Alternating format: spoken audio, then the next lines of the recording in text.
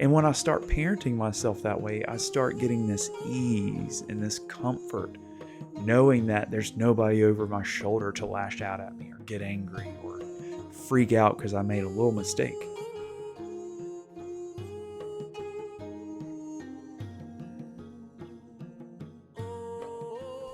Welcome back to Uncivilized Rebirth.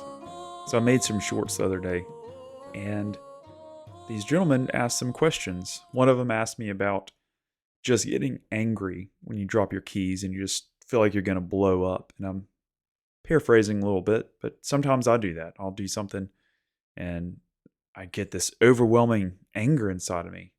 I used to when I was younger.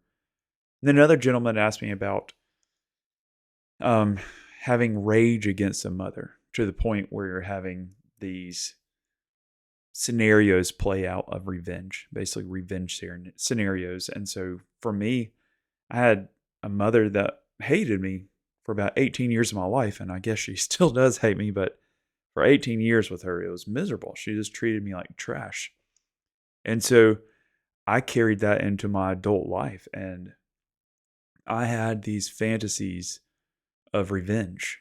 And I think that's reasonable because when we get hurt, we want to see justice done. We want to lash out and get back at them. But in our society, if you take that action, you will get in trouble. But the sad thing is, in our society, if you do horrible things to a child inside your house, you're pretty much safe. So these parents, like my parents, they were safe. And now they get to live their life. They have no problem. And like this gentleman, his mother is probably just out there just fine because they committed crimes against a child inside a house. And there was no police there. The child couldn't stand up for themselves, which was us. And so we naturally want to have justice done, but we can't. So responding to that question, there was one point in time where I wrote out that the whole visualization of what I wanted to do. I wrote it all out and I got it out on paper, and that felt good. That felt really good. And then I used to just want to have justice. I'm like, man, I would get just so angry about it. It's like, how can somebody be so evil towards a child for so long? And so I feel your rage, like in the anger and like just raw anger. It's just as raw as it gets because of you yourself. It's personal as a child being done wrong. And about a year ago, I did some deep thinking on this, like really deep thinking. And I realized at one point in time, our mothers were little girls also, and that they were full of joy and they loved life. And I believe this is roughly what I messaged him, and that they were hurt somewhere along the way and they were wronged so bad it turned them evil. And then they had a son and just despised that son. And it turns out it was us. We just played that role. We were put there for some reason. And that doesn't make it easier on the memories.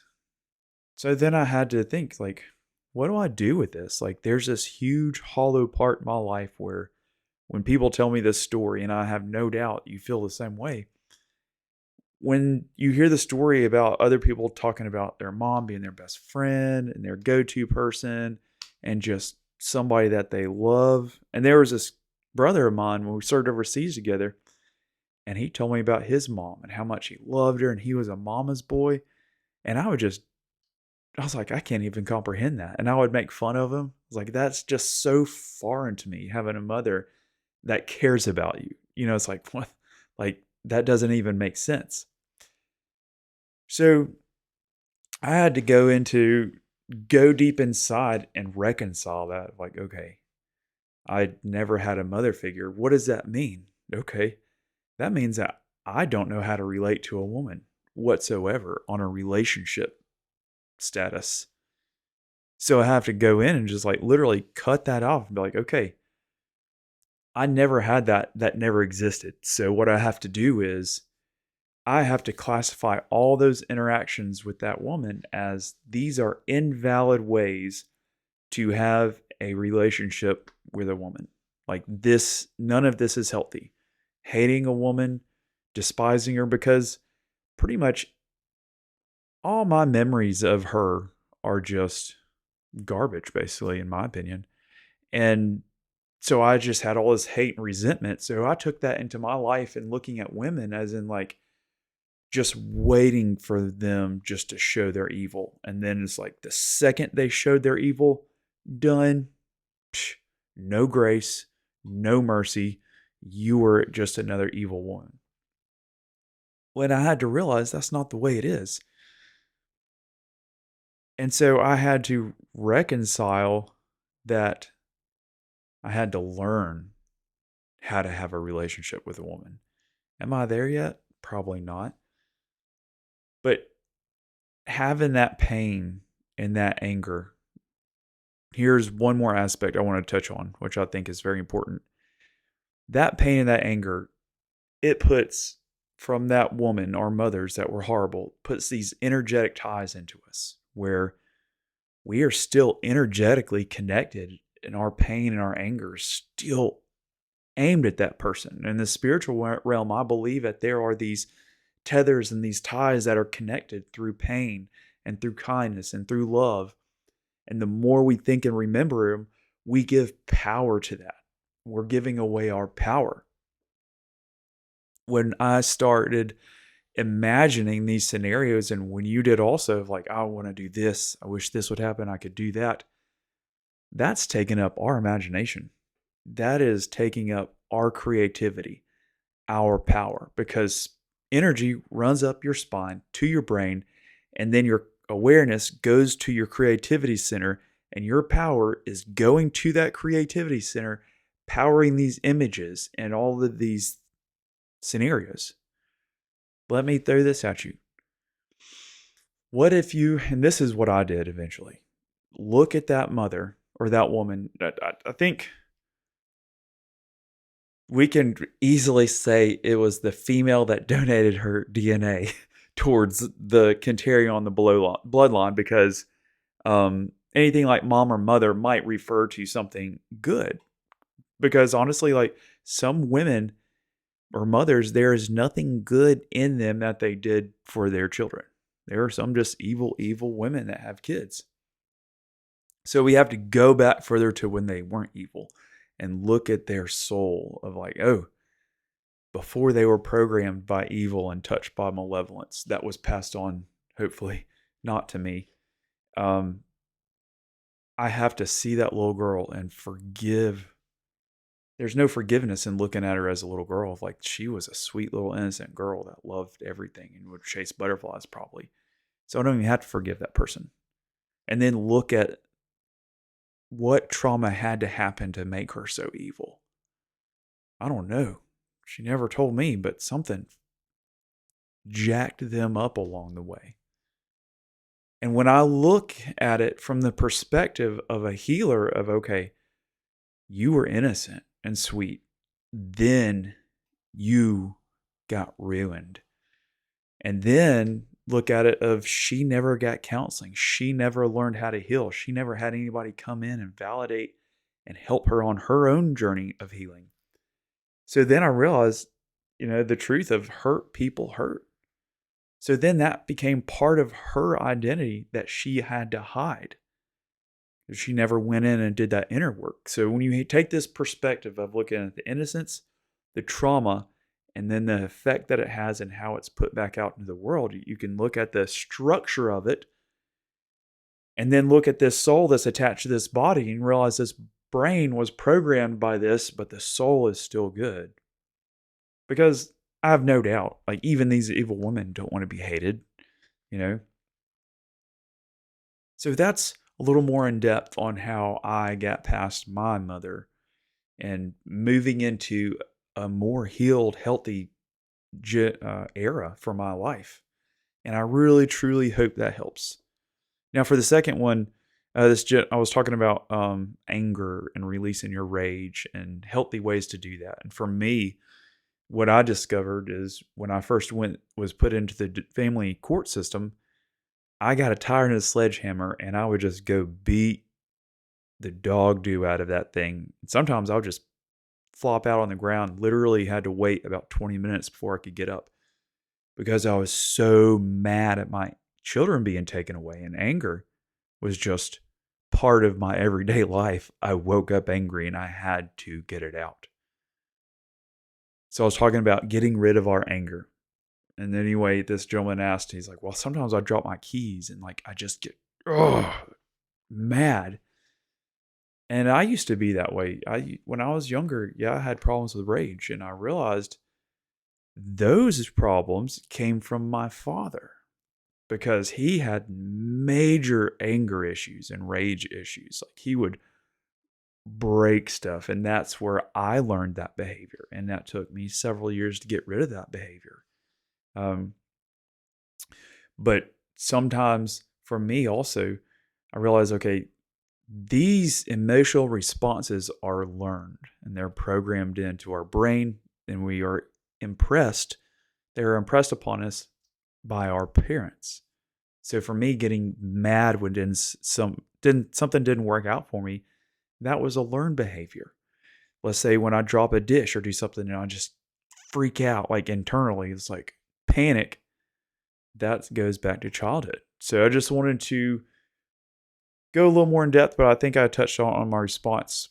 What I do is when I drop a dish and I feel that panic inside of me, which is going back to my childhood, I tell myself, it's okay. It happens. Like there are billions of more dishes in the world. I have no doubt more than billions.